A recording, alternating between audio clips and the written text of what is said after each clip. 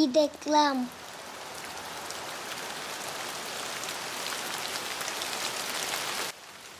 মা, আমি ওই পাহাড়ের পিছনে পুকুরে ঘুরতে যাই। না বাবা, ওই পাহাড়ের পিছনে পুকুরে অনেক বড় সাপ, জিন থাকে। তুমি ওখানে যেও না। ওখানে গেলে তুমি বিপদে পড়বে। তুমি বরং বাসায় বসে খেলো, নাস্তা খাও। আমি তোমার জন্য সুন্দর নাস্তা বানাই। না মা, আমার ওই পুকুরে যাইতে খুব ইচ্ছা করছে। আমি একটু যাব আর ঘুরে চলে আসব। কেমন?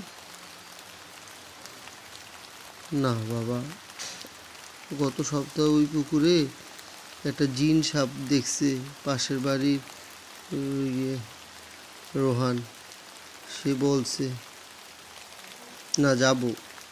উফ, পুকুরটা তো অনেক সুন্দর, আমার তো খুব ভালো লাগছে পুকুরে এসে।